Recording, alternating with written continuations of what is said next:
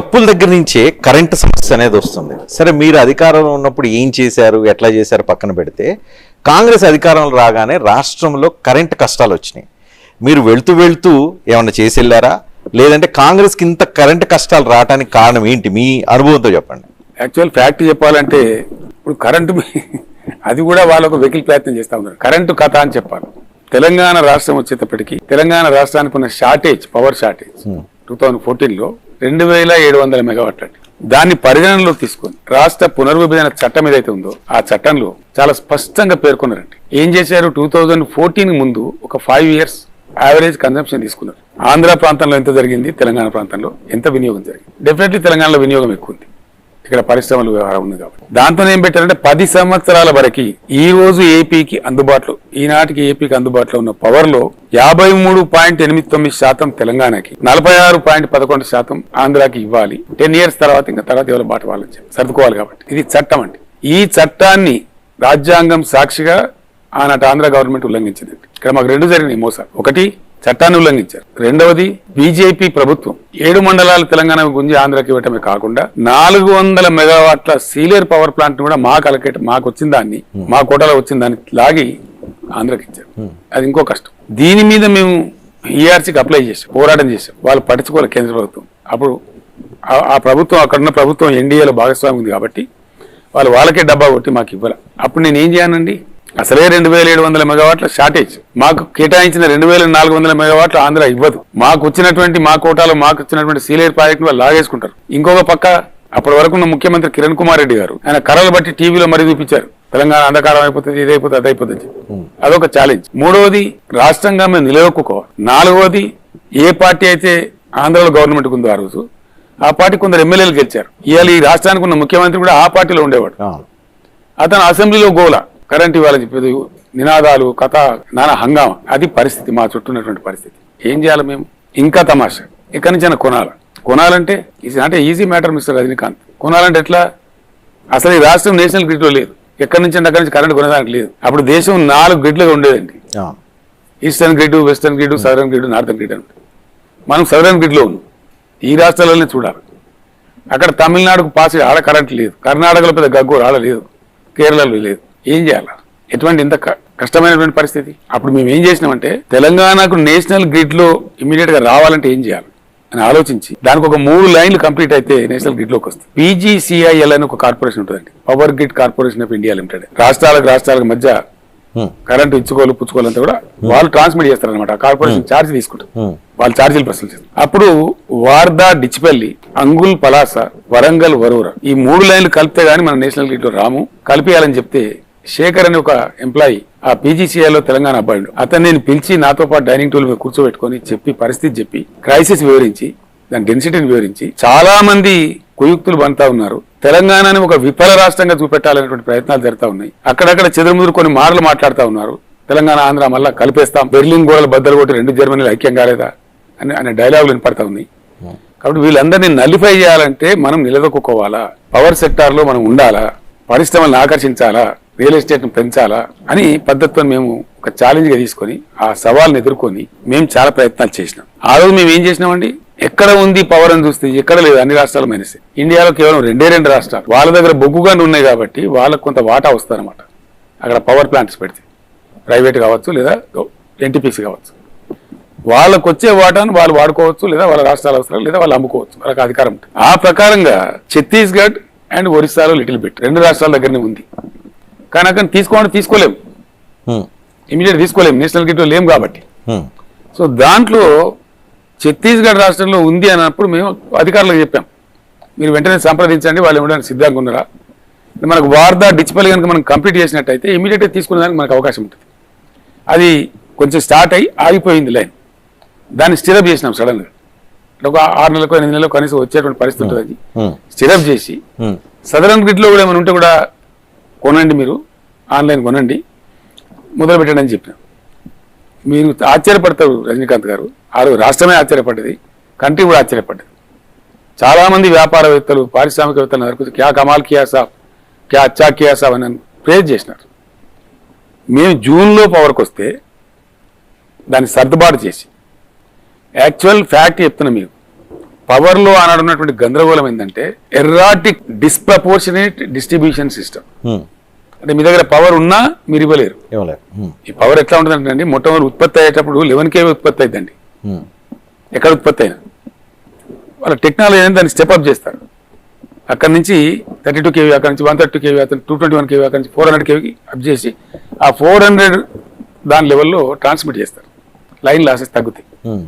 మళ్ళీ మీ కన్జ్యూమర్కి ఇచ్చేటప్పుడు మీరు 11 kV వాడుకోవాలా. 400 volts వాడితే మీ ఇల్లు ఉండదు, మీ దుకాణం ఉండదు. దేనికి అసలు డిస్ప్రపోర్షనేట్ ఉండేది. దాన్ని ఎస్టిమేట్ వేస్తే 12,500 కోట్ల రూపాయలు అయితే మినిమం కొంత చేయొచ్చు సార్ అర్జెంట్గా అని చెప్పి చేయమని చెప్పాను. కమాన్ డూ ఇట్ అని చెప్పి దానికి సందర్భ విజ్ఞానం చేసి అది 3-4 నెలల్లో చాలా వరకు కొంత డెవలప్ చేసాం. అంత చేయలేకపోయినా కొంతవరకు చేసి ఎక్సెప్ట్ అగ్రికల్చర్ సెప్టెంబర్ ఎండింగ్ వరకే మేము అంటే 3-4 నెలల్లోనే అందరికి 24 hours క్వాలిటీ పవర్ ఇచ్చామండి. చాలా ఆశ్చర్యపడారు అందరు కూడా. వినండి, మీరు పూర్తి వినాలేదు. అంధకారం అయితే రికార్డు చేస్తారు, ప్రజలు చూస్తా ఉన్నారు. చాలా మంది బయట రికార్డు కూడా చేస్తారండి. లక్షల మంది రికార్డు చేస్తారు. మీకు తర్వాత జరిగే రాజకీయ పరిణామాల్లో కూడా ఇవి కీలకమైన పాయింట్లు డెఫినెట్ గా.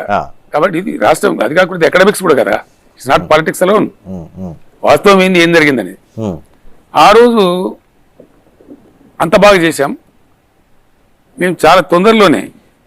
కానీ ఇందాక నిధులకి దీనికి ఒక లింక్ చెప్తున్నారు సార్. ఒక నిమిషం అండి. 81,000 కోట్ల రూపాయలు విద్యుత్ సంస్థలు అప్పు చేస్తే మీరు వినండి వినాల.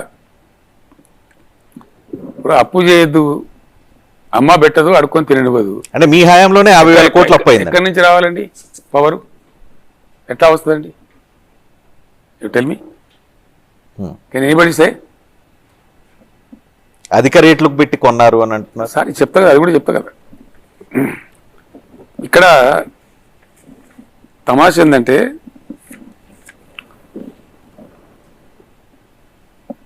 మీరు అడిగిన పాయింట్ కూడా చెప్తాను నేను. అతి భయంకరంగా, అతి దారుణంగా ఉన్నటువంటి కరెంటు వ్యవస్థను చక్కగా చేసి భవిష్యత్తు కూడా ప్రణాళికలు రచించి అనేక కొత్త పవర్ ప్లాంట్లకు శ్రీకారం చుట్టి ఎన్టీపీసీ కూడా వాళ్ళు చేయాల్సిన చట్ట ప్రకారం చేయాల్సిన 4,000 మెగావాట్ల పవర్ ప్లాంట్ స్టిరప్ చేసి వాళ్ళకి కావాల్సినటువంటి నదులు నీళ్లు కేటాయించి ఆ జాగాలు కేటాయించి రామగుండం నేనే స్వయంగా వెళ్ళి అవన్నీ చేసినాం. ఓకే, ఇమీడియట్గా ఏం చేయాలా? పవర్ జనరేషన్ అంటే 3 ఏళ్ళు 4 ఏళ్ళు 5 ఏళ్ళు పట్టుద్దండి. ఈ రోజు చేస్తే రాదు. అందుబాటులో ఉన్న చోట కొనుక్కోవాలి. అధిక రేట్ల గుణమని మాట్లాడుతున్నారు. ఇంకా తమాష ఏంటంటే ఈ కాకా పట్టేటువంటి మీడియా ద్వారా వాళ్ళకు ఉన్నటువంటి వాళ్ళ చేతిలో ఉండేటువంటి అమ్ముడుపోయిన కొన్ని యూట్యూబ్ ఛానళ్ళ ద్వారా చాలా బాధపడ్డాను నేను. వీళ్ళు మనుషులు అసలు ఏంది అని 13 రూపాయలకు యూనిట్ కొన్నారు అనమాట. యాక్చువల్లీ కొన్నది ₹3.90 అండి. ఎక్కడ 13 రూపాయలకి ఎక్కడ కొనుగోలు అనేది జరగల 10 సంవత్సరాల కాలంలో. మీ హయాంలో 20 రూపాయలకు కొట్టమండి, అది వేరే చెప్తా. అది ఎట్లా మీకు పద్ధతి చెప్తాను. అసలు ఎవరికి ఏం తెలియదండి. ప్రజలకు తెలియనటువంటి కొన్ని విషయాలను పెట్టుకొని ఈ దరిద్రం కొట్టు ప్రచారం చేద్దామనే ప్రయత్నాలు జరుగుతా ఉన్నాయి. చాలా మందికి అవగాహన లేనటువంటి విషయాలను అవి పక్కకు పెట్టి కేవలం రొడ్డ కొట్టులాగా ఒకటే పద్ధతిలో 13 రూపాయలు కొన్నారు. 13 రూపాయలు కొంటారండి. ఎందుకు కొంటామండి? మేము కొన్నది లాంగ్ టర్మ్, అది 10 years పీపీఐస్ కొన్నాం ఛత్తీస్గఢ్ దగ్గర. మీకు ఇంకోటి చెప్పానండి, 2 విషయాలు ఉంటాయి ఇక్కడ. అజ్ఞానులకు తెలియకపోతే మేము ఏం చేయలేము. ఇక్కడ జ్ఞానవంతులకు తెలిసేది ఏంటంటే ఈరోజు ఈఆర్సీ అని చెప్పి టీఆర్సీలు అని చెప్పి టారిఫ్ రెగ్యులేటరీ కమిషన్స్ ఉన్నాయండి. ప్రభుత్వాలకు కానీ జెన్కోకి కానీ ట్రాన్స్కోకి కానీ సంబంధం లేదండి అసలు టారిఫ్ల విషయం. We have no role. ఇప్పుడు ఛత్తీస్గఢ్ రాష్ట్రానికి ఉంది ఎలక్ట్రిసిటీ రెగ్యులేటరీ అథారిటీ, మాకు ఉంది తెలంగాణ కూడా, రెండింటికి ఉన్నాయి. వాళ్ళు చేసిన ఫైనల్ అండి. Neither government has any role nor the companies have any role. ఇక్కడ 2 విషయాలండి. ఒకటి, కొత్తగా వచ్చినటువంటి ఎలక్ట్రిసిటీ రిఫార్మ్స్ ప్రకారంగా చట్టం తెచ్చారు కేంద్ర ప్రభుత్వం కంబైన్డ్ స్టేట్ ఉన్నప్పుడే. దాన్ని అమలు చేస్తే ఏంటంటే ఈ ఎలక్ట్రిసిటీ బోర్డ్స్ అని పోయినాయండి. అంతకుముందు ఒకటే ఉండేది, electricity board of the state అని ఉంటే అది పోయింది. పోయి ట్రాన్స్కోర్ వేరు, జెన్కో వేరు, డిస్ట్రిబ్యూటర్ కంపెనీస్ వేరు. కంపెనీస్ అవి.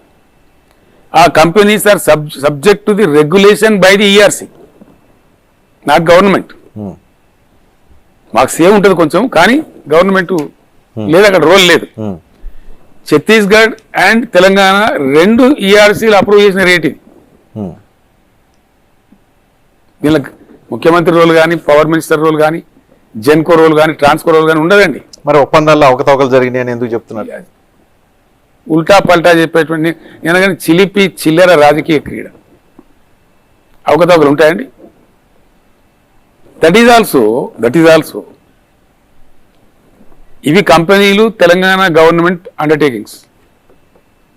అక్కడున్న ఛత్తీస్గఢ్ విద్యుత్ బోర్డు కూడా ఏంటండి, అది government undertaking. Again they are subject for audit కదా, వాళ్ళకి అకౌంట్స్ మంచిగా ఉంటుంది కదా. ఇష్టం వచ్చిన ఆరోపణలు, నిరాధారమైన ఆరోపణలు ఎటుపడితే చేస్తే ఎట్టనండి, నాకు అర్థం కాదు. అది చేయొచ్చునా? ధర్మమేనా అది? ప్రతిదీ ఆడిట్ ప్రకారం వెళ్తుంది.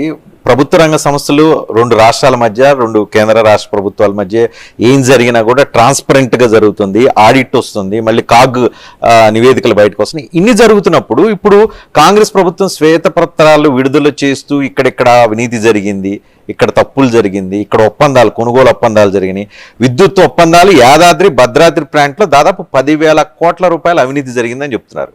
వీటన్నిటికీ ఒక మాజీ జస్టిస్ నరసింహారెడ్డితో కమిటీ కూడా వేశారు. రెండు విషయాలండి ఇక్కడ. ఛత్తీస్గఢ్ పవర్ పర్చేజ్ ఒకటి, దాని మీద ఎంత దారుణమైనటువంటి వీళ్ళు ఆరోపణ చేయించారంటే వాళ్ళ తొత్తుల ద్వారా 13 రూపాయల యూనిట్ కొనమన్నారు. కానీ కొన్నది వాస్తవంగా నాకు తెలిసి 390 paisa. Done, clear now. Okay, 13 రూపాయల సబ్జెక్ట్ ఎక్కడన్నా వచ్చే అవకాశం ఉందా? పీక్ లోడ్ ఉన్నప్పుడు కానీ అది కొనుగోలు, నేను అది చెప్తుంటే మీరు ఇంటరప్ట్ చేశారు ఇందాక. Please don't disturb me. The question is, PPA చేసుకొని ఎన్టీపీసీ నుంచి కానీ, ఒక ప్రైవేట్ ప్రొడ్యూసర్ నుంచి కానీ, ఒక రాష్ట్రం నుంచి కానీ కొనడం ఒక పద్ధతి అండి. ఇంకో రకమైన కొనుగోలు ఉంటాయండి, అది రోజు ఉంటుందండి. మన షేర్ మార్కెట్ లాగా ఓపెన్ మార్కెట్లో ఉంటుంది, ట్రాన్స్పరెంట్. దానిలో ఎవరేం చేయడానికి ఉండదు. ప్రభుత్వాలకు ఎప్పుడైతే పీక్ లోడ్ వస్తుందో, రాష్ట్రాలకు అర్జెంట్ కొనాల్సిన అవసరం ఏర్పడుతుందో అప్పుడు కొంటారండి. తాత్కాలికంగా అది ఒక 4 రోజులకి, వారానికి, 10 రోజులకి, నెలకి కొంటారు, ఈచ్ మంత్ అనుకుంటారు. అది రోజు రోజు కూడా రేటు మారుతుంటుంది. ఒకడు కాయంకులం అని ఉంటుందండి కేరళలో, నేనే మాట్లాడిన ఆయనతో. కాయంకులంలో ఎన్టీపీ స్టేషన్ ఒకటి, పవర్ కావాలి తెలంగాణకి, గ్యాప్ ఉంది. మీరు ఏంటంటే ఎట్లా ఇస్తారు అంటే 17 రూపాయల యూనిట్ ఇస్తారు. నేను కేంద్ర ప్రభుత్వ సంస్థ ఎన్టీపీసీ, ఇదేం అన్యాయం, ఇంత అధ్వానం ఉంటుందా? ఈ పద్ధతి ఏంటంటే అని ఇయ్యాల, మేము తీసుకోలేం ఆ రోజు. కానీ కొన్ని సందర్భాల్లో ఏం చేస్తారంటే వీళ్ళు 15 రూపీస్కి 20 రూపీస్ కూడా కొంటారు. అది 3 రోజుల కోసం, 4 రోజుల కోసం, 5 రోజుల కోసం. దానికి రెగ్యులేటరీ కమిషన్ అడ్డం రాదండి, అది తాత్కాలికంగా. సపోజ్ ఒక నెలలో ఒక రోజు ఒక 30 కోట్లు, ఒక రోజు 50 కోట్లు, ఒక రోజు 20 కోట్లు కొంటారు. Day to day also it varies. Month మొత్తం కలిసి ఒక 1000 కోట్లు కరెంట్ కొంటారండి. రాష్ట్రాన్ని కాపాడుకోవాలి కాబట్టి, పంటలు కాపాడుకోవాలి కాబట్టి, పరిశ్రమలు నడుపుకోవాలి కాబట్టి, ఆ పీక్ లోడ్స్ ఎప్పుడైతే వస్తాయో ఆ పర్టికులర్ పీరియడ్లో కొనేదానికి రెగ్యులేటరీ కమిషన్ అడ్డం రాదండి. ఎందుకంటే అది సైట్లో ఉంటుంది, ఓపెన్ రేట్స్, అది ఓపెన్ మార్కెట్లో ఉంటుంది, అది ట్రాన్స్పరెంట్గా ఉంటుంది, అక్కడ ప్రాబ్లం లేదు. సో ఆ రకంగా అప్పుడప్పుడు కొంటారు. ఇప్పుడు కూడా ఈ ప్రభుత్వం కూడా ఉన్నదండి, ఇప్పుడున్న ప్రభుత్వం కూడా కొంటా ఉంది. 13 రూపాయలు పెట్టుకున్నారు, ఎక్కువ పెట్టుకున్నారు, ఇంకా ఎక్కువ పెట్టి కొనాల్సి వస్తుందండి. అంటే మీరు ఒక్కళ్ళే స్పెషల్గా కొన్నారు, ఇంకెవరు కొనరు అనే టైప్లో వింటూ ఉన్నాం కదా. అది నేను ఏమంటే ఇంత ఇంత ఇంత దుర్మార్గమైన ప్రచారం, అందుకోసం నేను చెప్పేది. ఇప్పుడు ఈ గవర్నమెంట్ కూడా పవర్ కొంటా ఉంది, కొన్నారు మొన్నటి వరకు. ఎందుకు కొన్నారు మరి? ఏం సమాధానం చెప్తారు? అందుకే నేను అన్నది, బదనాం చేస్తే ఉండేది రజనీకాంత్ గారు దూది పింజలాగా ఎగిరిపోద్ది, సరే నల్లిఫై అయిపోద్దని చెప్పింది.